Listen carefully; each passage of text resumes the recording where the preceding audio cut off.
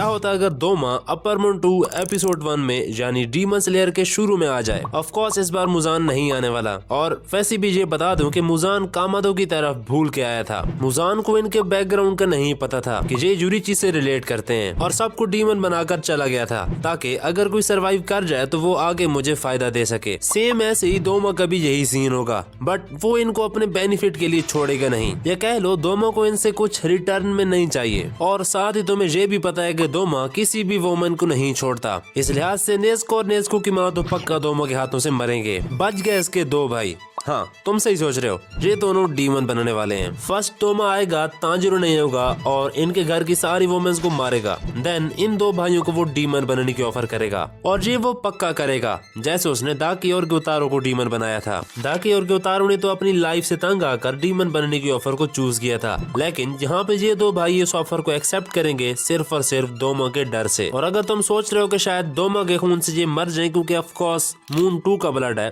But ये भी याद रहे कि कोकोशिबो मून 1 का ब्लड जब काई का कुछ झेल सकता है तो ये दो मून 2 के ब्लड को भी कंट्रोल कर लेंगे। अब अगला सीन ये होगा कि तांजिरो आएगा और अपनी फैमिली को डेड देखते हुए और इनमें से दो मिसिंग देखते हुए वो बहुत ज्यादा सदमे में चला जाएगा। अब इस जर्नी में ना ही उसके साथ कोई है और ना ही उसे ये पता है कि मेरी फैमिली को किस डीमन ने मारा है। तो टोटली यहाँ पे इस सीरीज में उसका गोल बिल्कुल डिफरेंट हो जाएगा। जहाँ ओरिजिनल सीरीज में वो नेज़ुको को प्रोटेक्ट कर रहा था और उसको डीमन से ह्यूमन बनाने में वो सारा कुछ कर रहा था जो उसे करना चाहिए था, वो अब इस स्टोरी में नहीं करेगा। हाँ, ये तो ऑब्वियस ही बात है। इस स्टोरी में उसका गोल बस उसके फैमिली किलर को मारना है, यानी दोमा को। तो अब तुम ये ना सोचने लग जाना कि तांजिरो सिर्फ दोमा को ही मारेगा। हाँ, अल्टीमेटली सबके जहन में यही आएगा, और लॉजिकली ये सही भी है। तो फिर इस स्टोरी के मेन विलन मुजान को कैसे एंड करेंगे? तो इसका आंसर अभी भी तांजिरो है, क्योंकि तुम्हें भी पता है कि तांजिरो ये बिल्कुल नहीं चाहता कि बिला वजह कोई ह्यूमन मारा जाए, क्योंकि उसे सिर्फ अपने रिलेटिव का दुख ही नहीं होता बल्कि बाकी लोगों के बारे में भी वो सोचता है। एंड यही तांजिरो है कि वो काइंड हार्टेड ज्यादा है, तो वो दोनों के साथ साथ king of all demon Muzan को भी मारेगा। ये कह लो मार सकता है। अभी कंफर्म नहीं बोल सकते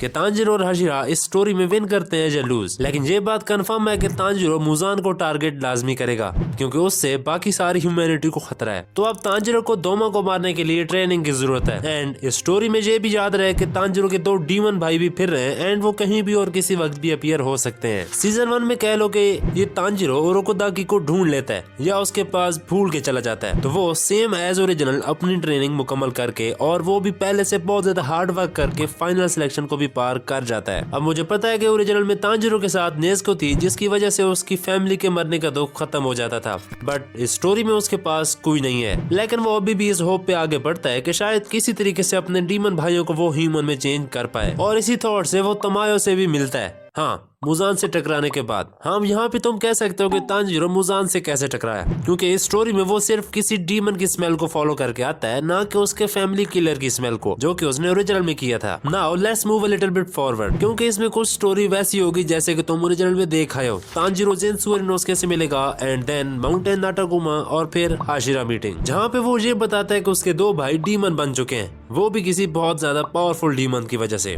और अब उसे उस डीमन को मारना है। और हाँ, साथ में मैं ये मेंशन नहीं कर रहा कि तांजिरो की पावर इस सीरीज में कैसे इंक्रीज हो रही है, यानी हिनोकामी कागुरा और सन ब्रीथिंग, ये सारी जैसे जैसे ओरिजिनल सीरीज में इम्प्रूव हुई थी वैसे ही यहाँ भी होगी, क्योंकि पहले भी मैंने बताया है कि कुछ स्टोरी वैसी होगी। ओके, नाउ मुगेन ट्रेन में सेम वैसे ही होगा जैसे तुमने देखा है। एंड अब एंटरटेनमेंट डिस्ट्रिक्ट में, यस, यहाँ पे डीमन स्लेयर कॉर्प को एक और भारी नुकसान उठाना पड़ेगा, एंड वो होगा तेंगिन उजुई। सारी बैटल उसी तरह होगी, तांजिरो, इनोसुके और जिन्सू और ज्यादा इम्प्रूव करेंगे, और एंड पे तेंगिन उजुई इस पॉइजन की वजह से मारा जाएगा। अगेन, पहले इन्होंने रेंगोकू को खोया, अब तेंगिन उजुई भी चला गया, बट एक तरह से अगर देखा जाए तो ये चीज स्टोरी में हेल्पफुल साबित हो सकती है। और वो ऐसे कि तांजिरो ने पहले अपनी फैमिली को खोया, देन उसने रेंगोकू को और अब तेंगिन को भी, जो कि तांजिरो को और ज्यादा स्ट्रॉन्ग बनने की तरफ पुल करेगी ताकि वो अपने सब दोस्तों को बचा सके। इसी के साथ तांजिरो अब स्वॉर्ड स्मिथ विलेज में पहुंच चुका है, जहां जिन्सू और इनोसुके नहीं होते, क्योंकि वो किसी अलग मिशन पे होते हैं। और वैसे भी जो सीजन 3 ऑफिशियली तांजिरो की डेवलपमेंट पे था, और जहाँ भी तांजिरो की डेवलपमेंट पे ही है। हाँ, मुझे पता है कि नेज़ुको के एब्सेंस की वजह से तांजिरो लोगों को डिफिकल्टीज पेश आएगी, लेकिन यही चीज तांजिरो को और ज्यादा स्ट्रॉन्ग भी बनाएगी, ताकि तांजिरो अपने दो डीमन भाइयों को हैंडल हैंडल कर सके। तांजिरो, गेंजिया, मित्सुरी और मुइचिरो ये सारे इन 2 डीमंस को खत्म करने में सक्सेसफुल हो जाते हैं। हाँ, वो अलग बात है कि इन सबको बहुत सारे डीमंस को एक साथ ही फेस करना पड़ा है और साथ ही बहुत सारी इंजरीज भी झेलनी पड़ी है, बट ये सारे मून 4 और 5 को डिफीट दे ही देते हैं। तांजिरो अब हिनोकामी, कागुरा और सन ब्रीथिंग को पहले से बहुत अच्छे तरीके से यूज कर पा रहा होता है। मतलब अब वो स्टेज पे आकर ओरिजिनल वाले तांजिरो से काफी स्ट्रॉन्ग और बेटर हो चुका होता है। Now from here the story will be totally different. अब यहाँ से तुम सबको पता चलेगा कि दोमा के आने से और नेस्को के मरने से कितना बड़ा चेंज आ सकता है। ये तुम्हें इन्फिनिटी कैसल से पता चलेगा। अब देखो, इस स्टोरी के लिहाज से मुझे तांजिरो को आकाजा के अगेंस्ट नहीं बल्कि दोमा के अगेंस्ट डालना चाहिए, और अगर मैं ऐसा करता हूँ तो ग्यू अकेला हो जाएगा। बट वेट अ मिनट, मुझे अभी एक चीज याद आई है जो कि तुम सबके ज़हन में नहीं आई होगी, और वो ये है कि हमारे पास अभी भी कुछ हाशिराज पड़े हैं, शिनजीरो एंड उरोकोदाकी। लेकिन अब ये इन्फिनिटी कैसल में कैसे पहुंचे? वो ऐसे कि नेस्को है नहीं जिसको वो मुजान से बचा के रखे। तो अब इस सीरीज के एंड पे सबसे बड़े विलन को मारने के लिए तैयारियां हो रही हैं, तो इन ओल्ड डूड्स का भी हिस्सा लेना बनता है। अब ग्यू के साथ आएगा शिनजीरो और तांजिरो के साथ आएगा उरोकोदाकी, एंड शिनजीरो के यहाँ होने की वजह से आकाजा मारा जाएगा। ऑफ कोर्स रेंगोकू का बदला लेना ही था, बट इस बैटल में शिनजीरो भी मारा जाएगा क्योंकि वो अब बैटल करना भूल चुका था, लेकिन अभी भी अपने बेटे के लिए जो कुछ कर सकता था वो उन्होंने किया। देन ग्यू मुजान को फाइंड करने के लिए आगे जाता है। अब दूसरी सबसे बड़ी और मेन बैटल की तरफ आते हैं, जहाँ पे इनोसुके, कनाए, तांजिरो और शिनोबू अपना बदला लेंगे। And I think this is the most satisfying moment for all of you, जहाँ सब ने दोमा से ही रिवेंज लेना है। एंड अब ये दोमा के अगेंस्ट काफी ज्यादा है, मतलब 5 वर्सेस 1, एंड सब के सब दोमा से ही फाइट करने वाले हैं। बट दोमा अकेला नहीं है। Guess who is coming? One and only, two and only Tanjiro के 2 भाई, आई मीन डीमन भाई। तांजिरो अपने भाइयों को देखकर इमोशनल होता है, बट फिर उसे याद आता है कि ये 2 अब डीमन है, एंड वो अब नेस्को की तरह भी नहीं है कि अपने भाई पे अटैक नहीं करेंगे। तांजिरो इनसे लड़ते लड़ते अपनी पूरी कोशिश करता है कि इनको डैमेज ना दे, और इन्हें समझाने की बार बार कोशिश करता है, बट इतने लंबे टाइम के बाद ये 2 तांजिरो को भूल चुके होते हैं। इतने में बाकी स्लेयर्स दोमा को हैंडल कर रहे होते हैं। उरोकोदाकी के बार बार कहने पर कि तुम अब इनको सही नहीं कर सकते, तांजिरो फिर भी नहीं मान रहा होता। लेकिन जब ये दोनों उरोकोदाकी को डैमेज देते हैं और अच्छा खासा डैमेज देते हैं, तब तांजिरो रियलाइज करता है कि इनको अब मारना ही होगा, जो कि तांजिरो के लिए सबसे मुश्किल काम था, अपने 2 भाइयों को अपने हाथों से ही मारना, क्योंकि वो ह्यूमैनिटी को खतरा है। खैर, तांजिरो ये काम करते ही बहुत ही गुस्से से जाता है और सन ब्रीथिंग की मोस्ट पावरफुल फॉर्म को यूज करके अपने फैमिली का बदला ले लेता है। हाँ, तांजिरो को अकेले मारना थोड़ा अनफेयर है क्योंकि इनोसुके और शिनोबू ने भी बदला लेना है, बट क्या करूं अब। इसी के साथ इस फाइट में शिनोबू भी बच जाती है, लेकिन इसका एक अच्छा यूज मेरे पास है।